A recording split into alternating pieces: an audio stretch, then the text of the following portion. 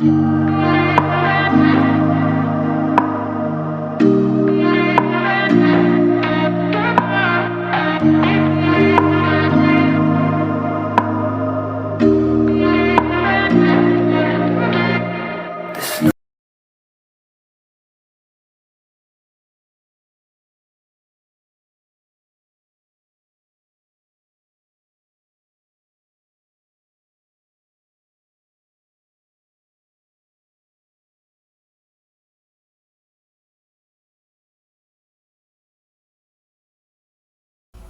सच पर आप सभी का स्वागत है। क्राइम सच पर मैं आज आपको एक जो घटना बिहार में नई नई जो घटी है वह गोपाल खेमका की, उसी के विषय में मैं आज आपको जानकारी दूंगा।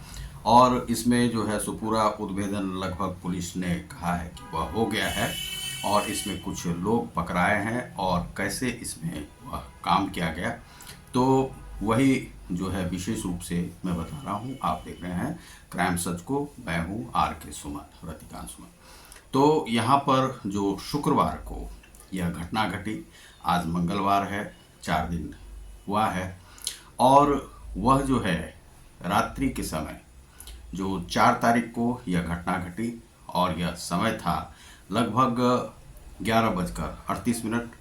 जो बांकीपुर जो क्लब है वहाँ से वह आ रहे थे और उन्हें जो है सो कोई ट्रैप कर रहा था पीछे से, जैसे से वो आते जा रहे थे अपने घर, जो गांधी मैदान के ही सामने में है और बड़ा ही पॉश इलाका है। वहाँ से लगभग 500 मीटर के दायरे में थाना भी है, पुलिस चौकी भी है और उसके बाद आपको जो कलेक्टर का निवास है, आपको आईपीएस का निवास है, ये सब सारे कुछ वहाँ पर हैं।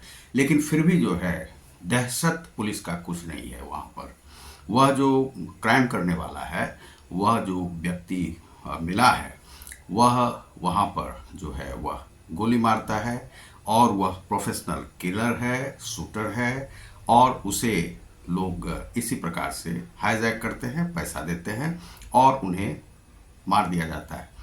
कुछ वर्ष पूर्व जो है सो वहाँ पर जमीन के ही मामले में गुंजन जो खेमका है उनकी हत्या हुई थी और उन्हें कहा जाता है कि उन्हें जो मारने वाले थे वह एक अभिषेक वर्मा था और जो सुनील पांडे था उसकी भी हत्या इसी प्रकार से कार में कर दी गई थी, उसे भी किन्हीं लोगों ने मार दिया था। अब इसके बाद जो है पुलिस कहती है कि उसका जो है पूरी जांच हो गई थी, जो लोग मिले थे वे सभी मारे गए थे, इसीलिए उसमें आगे कुछ कार्रवाई नहीं हो पाई थी। और नागालैंड से जो है सो उसका अभिषेक वर्मा का पिस्तौल जो है वहाँ से वह था और इसी प्रकार से वहाँ पर यह जो है सो समाप्त हो गया था यह केस। लेकिन उसके बाद जो है सो इन्हें जो है एक जो है सुरक्षा गार्ड मुहैया करवाया गया था, लेकिन जिसका कि पैसा इन्हें देना पड़ता था, जो कि इन्हें भारी पड़ रहा था। और 2024 में 28 जून को जो है इन्होंने उस सुरक्षा गार्ड को हटा दिया था। इसके बाद फिर पुलिस ने उन्हें सुरक्षा गार्ड लेने के लिए कहा था, लेकिन इन्होंने उसे नहीं लिया, मना कर दिया और उसके बाद अकेले ही जाने आने लगे। अर्थात ये बहुत ही साफगोई के इंसान थे, भाजपा के समर्थक थे। इनका सुपुत्र भी जो है वह भी भाजपा का समर्थक था। अब यहाँ पर राजनीति यह होती है कि आखिर उनकी हत्या क्यों की गई। उनके पास जो है करोड़ों की संपत्ति थी, यह तो है, और उनके एक दो जो भाई हैं, भाई पर भी गोली चलाया गया था, एक लड़का और है उन पर भी, गौरव जो है उन पर भी चलाया गया था। इस प्रकार से जो है गोली जो है सो चली थी। लगभग 3 लोगों पर जो है 3 लोगों की हत्या के साथ जो है 2 लोगों की हत्या वहाँ पर इनके परिवार से हो गई है। अब ये लोग कहते हैं, इनके एक भाई हैं, वह कहते हैं कि क्यों ना हम बिहार को छोड़ दें, गुजरात ही चले जाएं। लेकिन क्या है कि गुजरात और बिहार, क्यों ना बिहार को ही हम गुजरात बनाएं, महाराष्ट्र तो बना नहीं सकते क्योंकि वहाँ पर जो है सो मराठियों की भाषा चलती है, यहाँ पर हिंदी भाषा है और यह शुद्ध हिंदी भाषी क्षेत्र है। तो यहाँ पर जो है अब है कि ये जो बड़े व्यापारी हैं, यही जब मारे जाने लगेंगे, जो उद्योग धंधा चलाते हैं, जो कि रोजगार देते हैं, वह जो जब मारे जाने लगेंगे, इसीलिए पहले जो है सो यहाँ पर स्थिति हुई थी लालू राज में, जो किडनैप हो जाता था छोटे छोटे बच्चों का, 3 साल का, 4 साल का, और आईएएस आईपीएस का कोई वैल्यू ही नहीं था। जहाँ पर कि जो तंबाकू लगाते हुए क्रिमिनल्स आते थे, तंबाकू लगाते थे और पैर पर पैर चढ़ाकर जो है सो यहाँ पर बैठ जाते थे। आईएएस आईपीएस की कोई वैल्यू नहीं थी, तो किडनैपिंग सिस्टम यहाँ पर चल रहा था।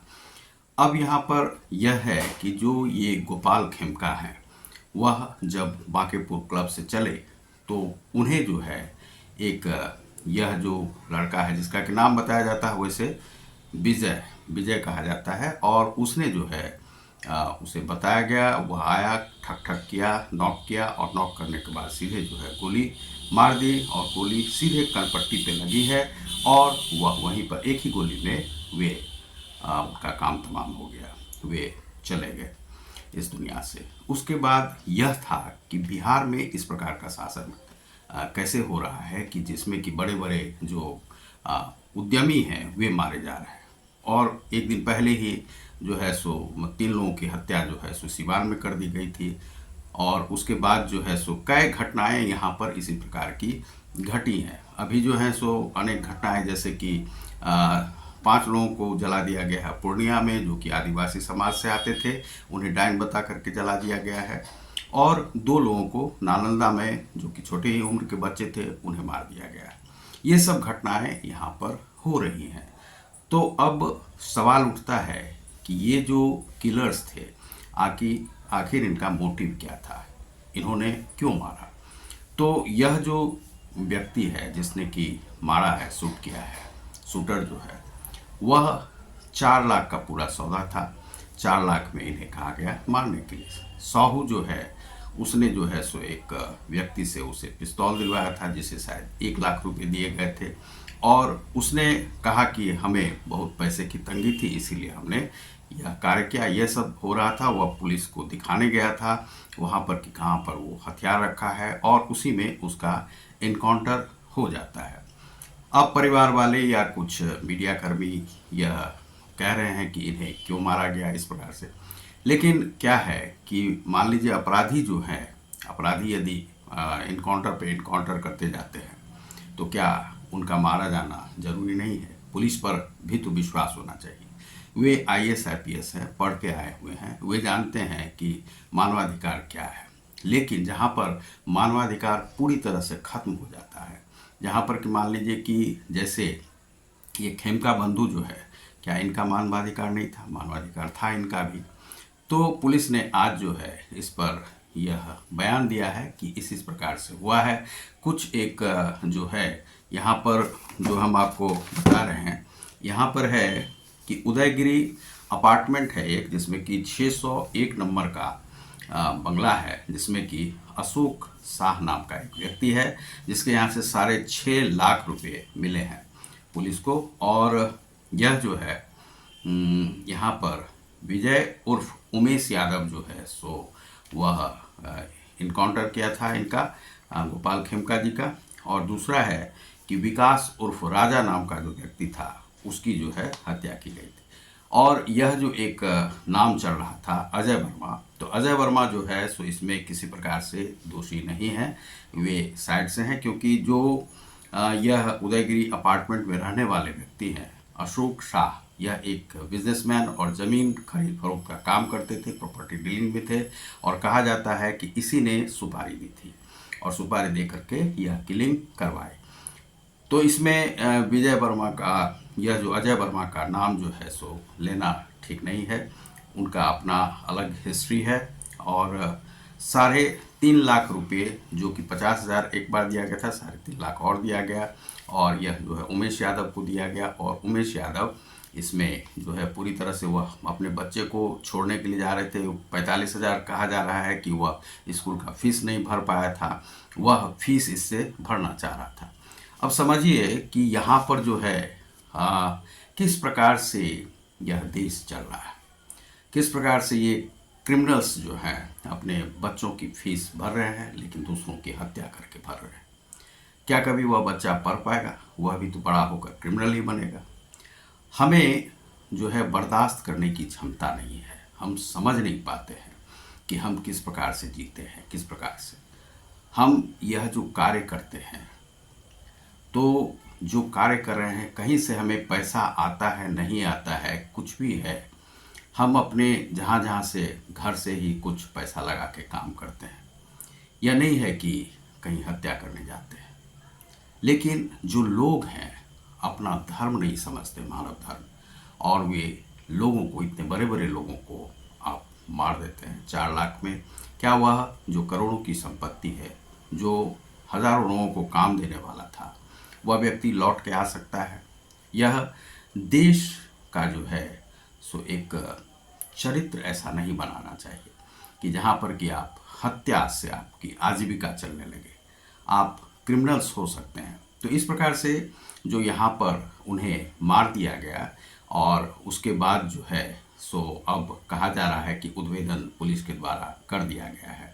तो उनकी हत्या ज़मीन के ही खरीद फरोख्त में किया गया है। गुंजन वो खेतान थे, उनकी भी हत्या ज़मीन के लिए ही हुई थी, जो कि 13 बीघे का एक प्लॉट था, उसके लिए उनकी हत्या की गई थी। बहुत सारे कागजात मिले हैं जिसका कि पुलिस जो है अभी वह देखरेख करेगी कि कौन कौन सा कागज़ है। और अशोक शाह को पकड़ लिया गया है, 3 व्यक्तियों के साथ उन्हें पकड़ा गया है, और भी हो सकता है कि कुछ लोग होंगे तो उनका भी उद्भेदन किया जाएगा। तो यह जो है सो क्राइम सच पर आप देख रहे हैं कि किस प्रकार से बिहार में इस प्रकार की घटना घटी। एक बड़े व्यापारी को मार दिया गया, और वह अकेला चलने वाला व्यक्ति था, और अपनी सिक्योरिटी को भी हटा के रखा हुआ था। सभी जगह जाते थे, सबके साथ खड़े होते थे, जो कि कुछ नेताओं ने भी यह बात कहा है। अब विपक्ष भी इनके साथ खड़ा था। ऐसी हत्याएं नहीं होनी चाहिए, यह है। तो आप देख रहे हैं क्राइम सच को। मैं हूं रतिकांत सुमन। बहुत बहुत धन्यवाद। नमस्कार।